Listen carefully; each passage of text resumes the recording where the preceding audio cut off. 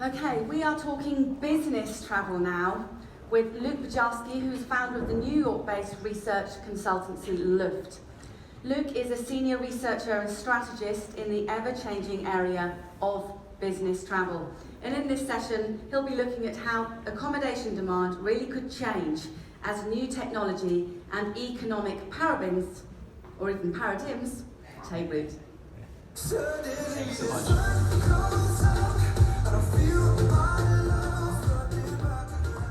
Hi everybody.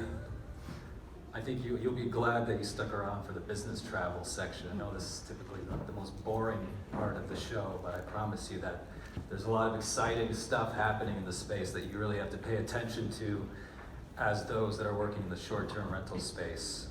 So the title of my presentation is called WeWorking Global Business Travel, and I think it'll become clear of what I'm talking about here as we go through the presentation.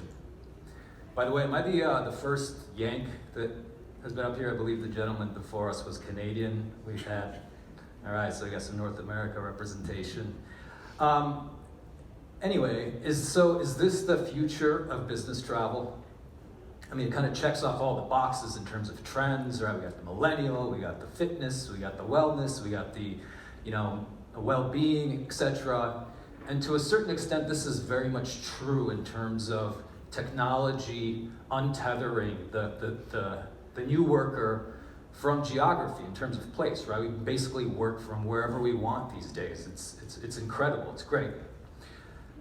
But in terms of what's actually shaping the future of business travel, it's what we don't see in this picture, I think, that is really gonna have an impact in terms of how and where people travel. There's a second side to this story, which is the future enterprise, right?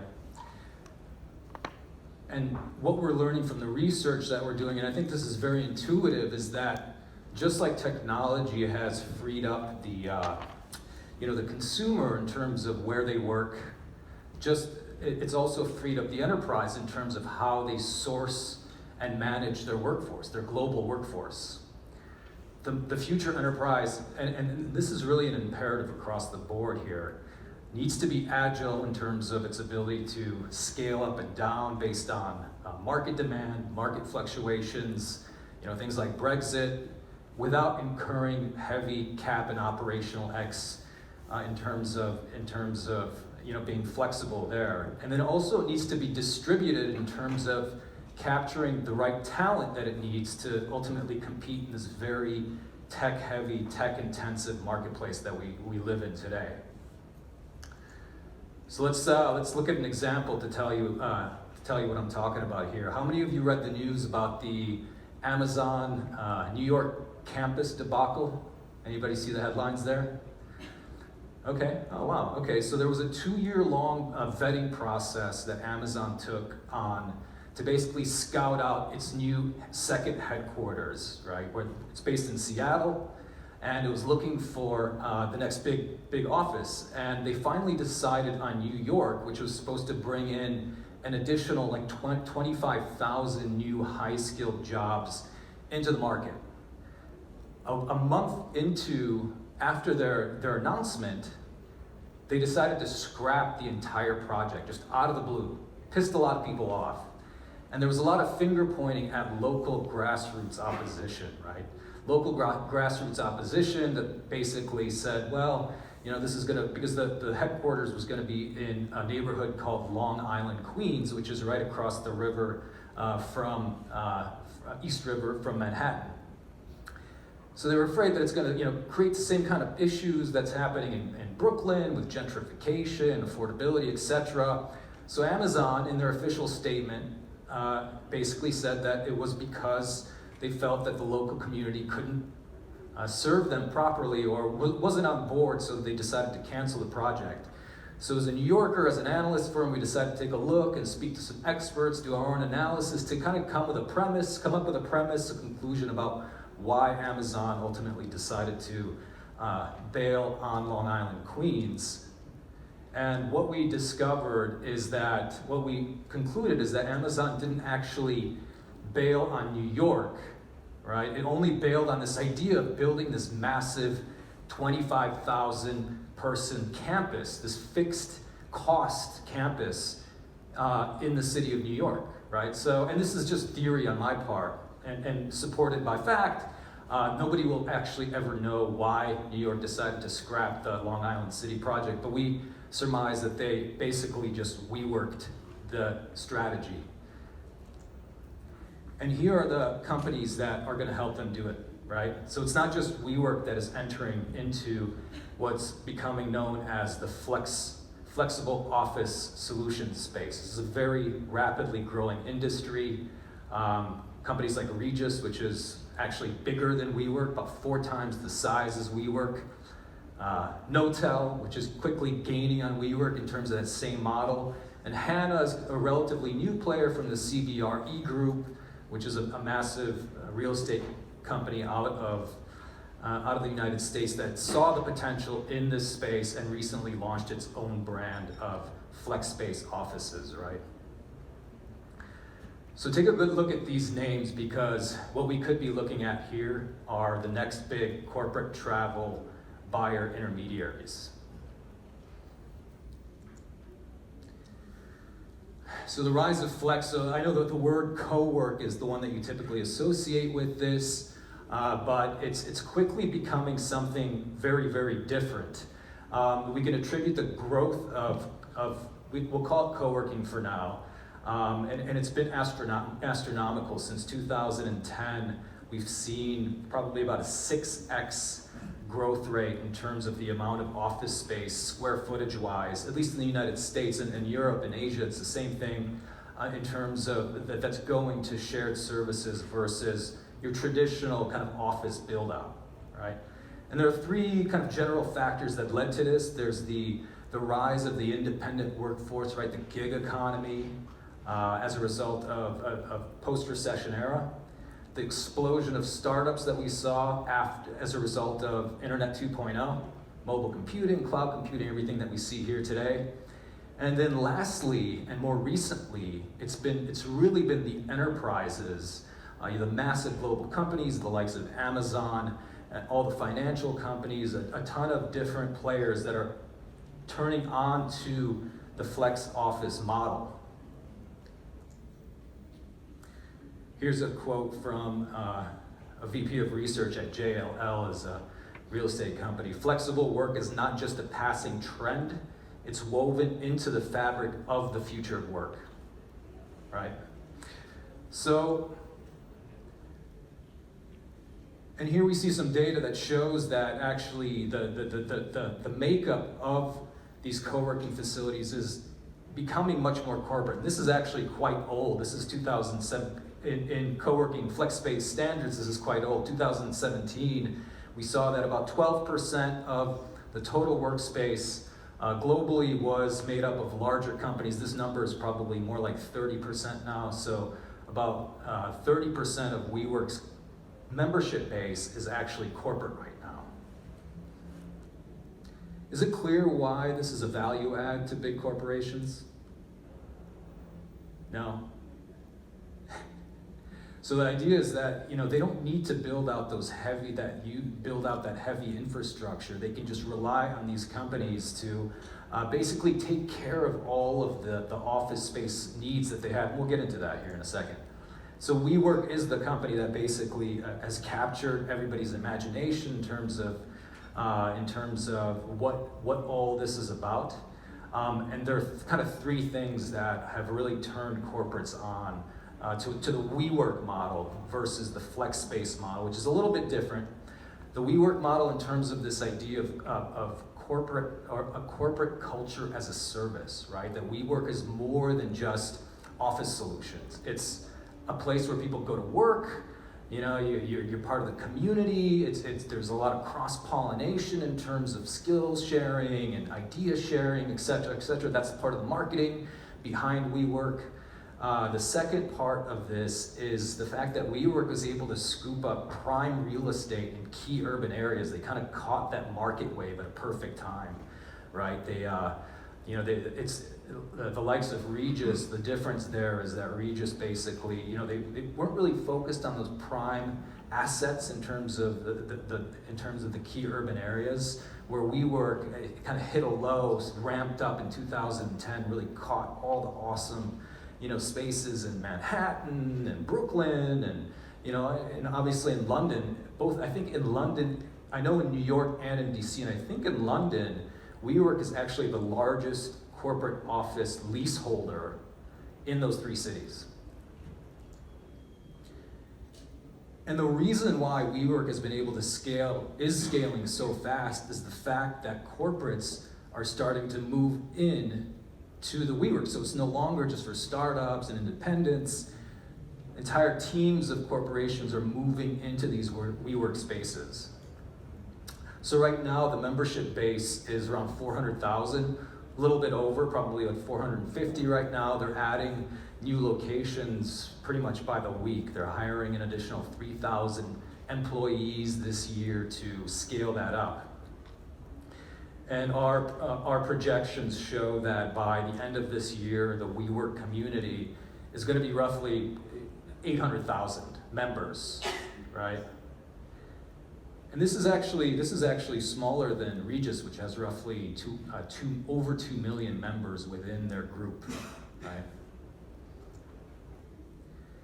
So the third thing that I didn't mention on the WeWork slide is that the third part of that WeWork model is that they're using technology to really, clearly design awesome spaces in terms of scanning, all the first thing that WeWork does when they acquire a new property or sign a long-term lease is come in with this, this laser scanner. Basically, they scan the entire office and they put it into the CAD or computer and lay out the entire office to the optimal usage in terms of space, in terms of design that will keep people from losing their minds like we typically do, right? That typical corporate setting.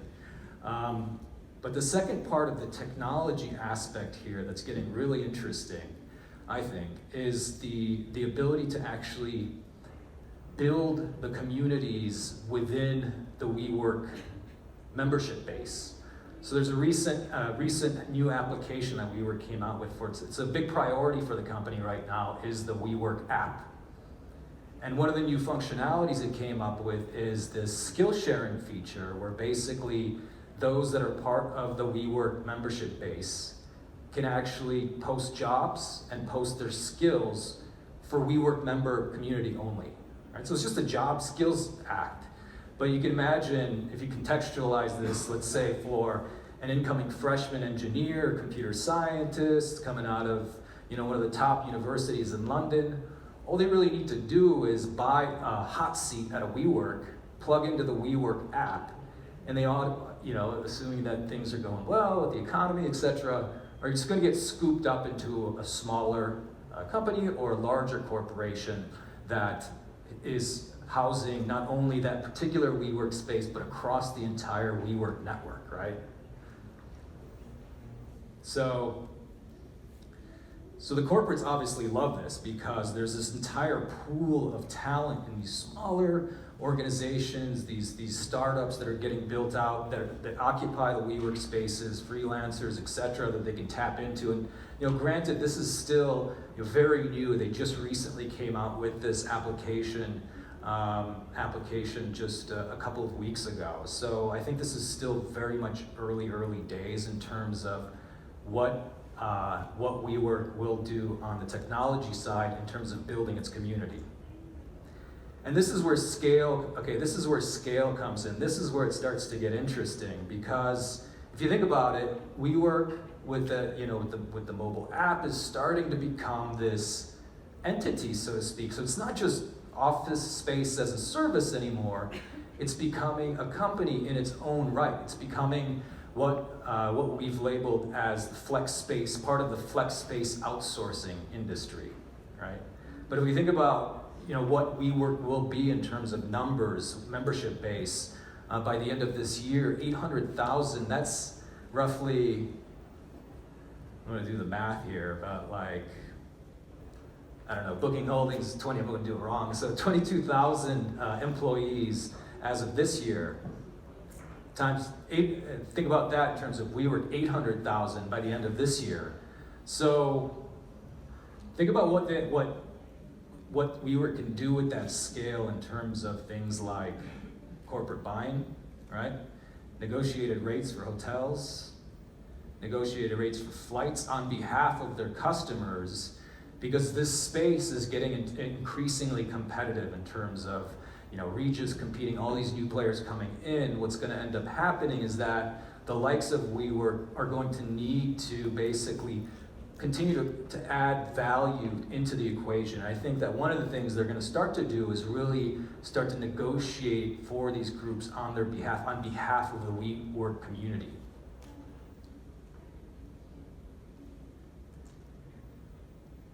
So how does this factor in terms of size? And I swear we're going to get to the short-term rental space at some point, and then we'll have plenty of time for questions. If you say this is completely irrelevant to you, then I'll try to make it relevant to you. But this is what's happening in the global business travel space. So just bear with me here.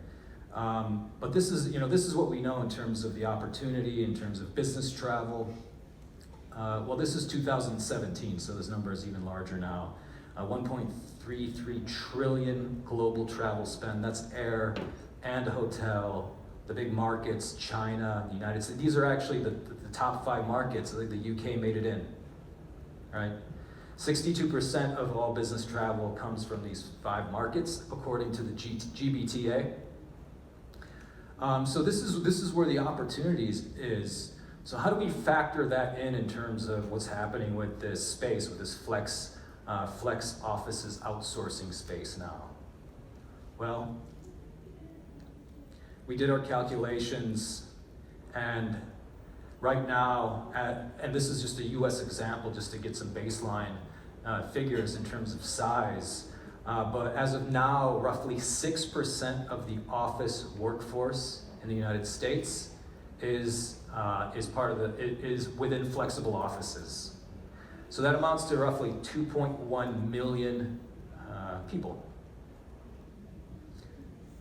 In terms of spend, this number though is set to grow significantly, right? 30% of all office workers will be working in flexible office space within the next 10 years, according to calculations that we've been looking at in terms of the growth trends for the space, and also other reports that we've been looking at. 30%, there's some people that say it's 30, some people say it's 50, 30 is like a good, I think, accurate number. So if you think about, if we go back to this slide, and if we think about 30% of this spend being captive to these groups, then we're starting to talk about some serious leverage in terms of travel spend. If you think about travel spend, 30% of, if you think about the office workers, 30%, that comes out to be about 40 billion in travel spend captive to this group. And that's just in the United States alone, right? So again, think about what they can do with that scale and with that leverage. So that's end of part 1. Key takeaway here, really expect new players to come into the coming decade in terms of the future of work, how work is managed and distributed across the global workforce that we live in today. And those players that we pointed to are really going to be key in developing that out. Does anybody here work out of a WeWork in the past? What was your experience? Very stimulating. Okay, good. Yeah, I mean the design aspect of it is key. Clearly, they have a vested interest in making sure that the spaces that they design are conducive to optimal working conditions, and this is something that companies really haven't been able to do, or at least don't have time to do so. In Amazon, for example, if we look back at that New York situation where they were faced with the decision to do it themselves, build a massive campus, frankly, in a market, because Queens isn't Brooklyn. Build it in a market, a labor market that isn't necessarily friendly to their business requirements, business needs. Then, in light of the alternatives, in a market like New York, where WeWork is very dominant, you have companies going in where they can, because remember Amazon, and I don't think I mentioned this, but Amazon already has a very strong presence in New York. They already have 5,000 people in the city, and they intend to grow that number. So if you think about how they're going to do that, are they going to build their own, or are they going to rely on the likes of WeWork, et cetera, to do that? Part 2.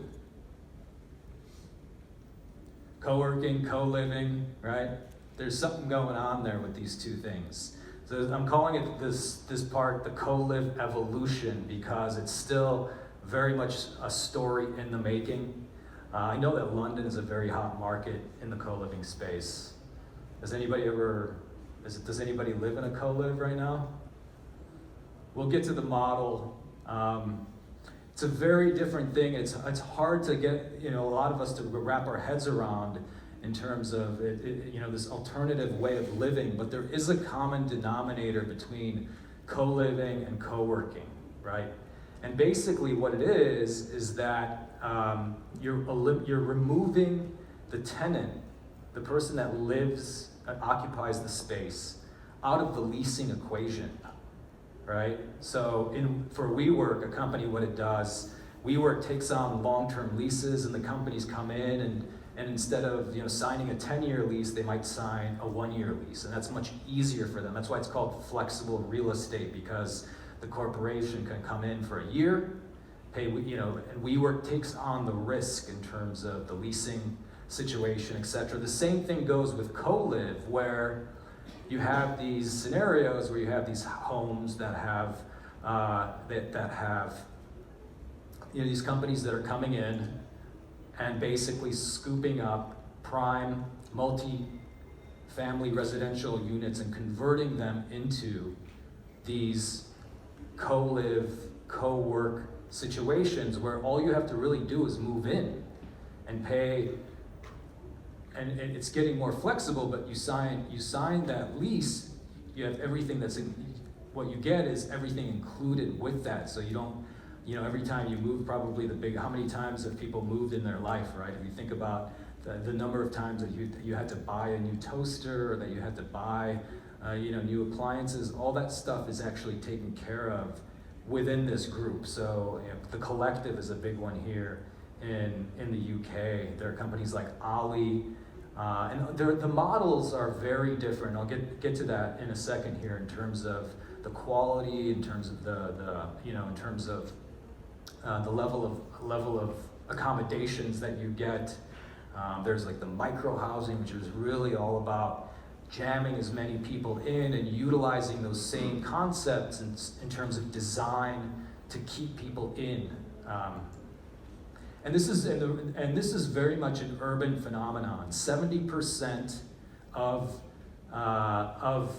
the Earth's population is said to be going to be living in cities by the year 2050. And here's where it starts, I think, really starts to get relevant for the short-term rentals industry. I'll get back to that slide, because this is where all the growth is happening in the short-term rentals industry, right? So this is data from Transparent, which is actually here. It's from their European Vacation Rental Survey, looking at kind of by location type, by property type here. We saw that in terms of the next 12 months of growth that's expected, most of that's coming from urban areas. So if we think about this, and then we think about the value proposition that co-living provides their tenants in terms of access to prime real estate, right? Remember what we said about WeWork basically capturing top real estate assets throughout New York City. So it's the option for those that are subscribing to the co-live model. And this is long-term, and not short-term, but we'll get to the short-term part of it. The value add here is that for, let's say, $1,500 in New York, will get you a very, very modest studio apartment in far out Queens somewhere. It's gonna take you about 2 hours to get to work, right? Maybe that's an exaggeration, but. So sign up for the co-live model, and what you get is, for $1,500, what you get is access to prime neighborhood. Let's say, Williamsburg, right? Or even Manhattan. You get instant friends in terms of the people that you're living with. You get all of your amenities taken care of. You have the furniture that's waiting for you. All you have to do is show up with a backpack and you're good to go, right? You don't have to get the U-Haul or the truck, whatever, to move in all your stuff. You don't have to get your parents to come help you move. You basically show up with a backpack and you're in.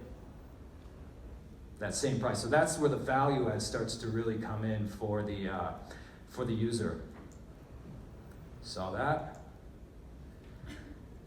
And I think that this really captures, there's another side to the WeWork story. You probably heard that just a month ago or so, they rebranded the company to the We Company. And the other half of this, well, there are three parts to the whole thing. There's the We Live, and then there's the We Grow, which is an educational part to the story. The We Live part of the story is still very much unfolding and unraveling. But I think that this quote right here really captures the essence of of their marketing, which follows that same kind of marketing flow that they used in their WeWork model to build a world where nobody feels alone, right? So The Economist reported on loneliness as a serious public health issue. The Economist, fantastic publication. I'm sure you guys all know about that one. So yeah, I mean, this is this is ingrained into the marketing of what's now really starting to pick up as this co-living model. And the narrative is starting to kind of merge now in terms of co-working and co-living, and you're seeing this on a smaller scale with smaller co-living facilities like co-living villas, which has 2 locations out of Austria, right? And this is what they're putting up on their website. Co-working meets co-living. Comfort meets community, people meet people, feel at home, meet people, be flexible, trial and error, all this stuff. They're just kind of smashing these 2 concepts together. Branding, like we said, is a big part of this. A company called Open Door that's operating out of San Francisco. And remember that these companies are raising big rounds, big institutional rounds, and this has very much changed over the last 4 years, where before they actually struggled to convince developers, their partners, to come in and invest in this, in this model because of all the risk that's built into it. But now the VCs are coming on board. It's really picking up in terms of investments. And Open Door is one of those that's starting to really blow up. And part of the success, the recipe for success in this sector is really the branding and building the building in of the community element of it, and selling selling the potential occupant on the brand, on the community, etc. I guess the one key takeaway in this particular on this particular point here is that niche concepts tend to go mainstream, right? Who would have thought that sleeping on somebody's couch, Airbnb, right, launched 10 years ago, would have gotten to this point to where it is now today. So I think we're pretty much, with the co-working, co-live scenario, we're pretty much where Airbnb was 10 years ago. Let's say the short-term rental space was 10 years ago. And if we think about that growth curve that we talked about in terms of the share of office space that's going to be occupied by corporates within flexible spaces, you said 30%, right? 30% over the next 10 years. Well, that's kind of the growth curve that we're talking about here. This is very, I would say, early days, but a lot of the technology is in place to where it's going to move a lot faster than what I think happened in terms of the short-term rentals industry, because people are just catching on, and then and that's when niche goes corporate, right? So WeLive has really not done much at all in the space. They have 2 locations, one in New York and one in DC. They've really been focusing on growing the WeWork model, the WeWork corporate side of the business. My argument is that basically they're doing this because it's easier to scale corporate, and it's important to build on the commercial side than the residential real estate side. And this is what it's doing there is it's building that community, right? That WeWork community that they're in turn gonna, be able to push ancillary services into, and travel I think is going to be part of that. They're going to be there on that side to capture it on the distribution side and the bulk purchasing side of it, but also potentially, and I think this is going to be a slow boil for them in terms of actually providing capturing the real estate where the people actually sleep. One interesting thing on the website, if you notice, it says, your stay at your way, stay for a few nights, or move in for months, right? So here's where it starts to get really flexible in terms of, well, wait, is this a hotel? Is this a co-live? Is this a dorm? What is this, right? Well, this is where it really starts to get interesting. A lot of this stuff is really dependent on regulation, obviously at the city level, how all that market plays out city by city. But, the advantages there in terms of the comparison in terms of, the short-term rentals industry, in terms of the community that's built into this model. And don't get me wrong, the co-live right now is still very much a dormitory style situation for the most part. There are brands that are starting to, raise the bar in terms of the quality. I actually lived in the UK in like the early 2000s for a couple of years, basically in a co-live. It was a very nice row house, like in Clapham. I think there were 5 roommates, and we all shared. We shared the kitchen, common space, and it was a beautiful flat. We had a maid that came in, a cleaning service that came in once a week to take care of it, to take care of the common areas in terms of the kitchen, in terms of the bathroom, and it was a great vibe in the whole house, honestly.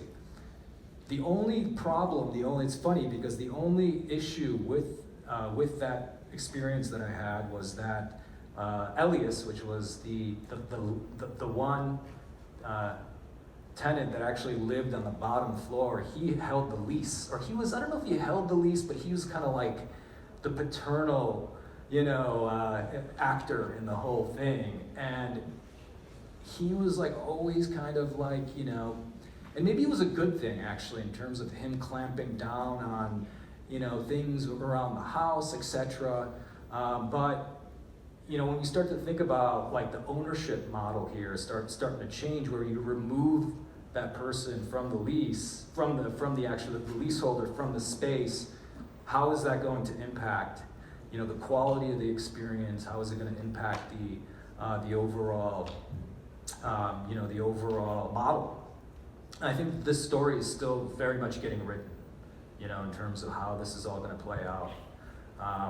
But one thing that we know from WeWork is that they've been able to scale, right? They're scaling like crazy in the commercial space.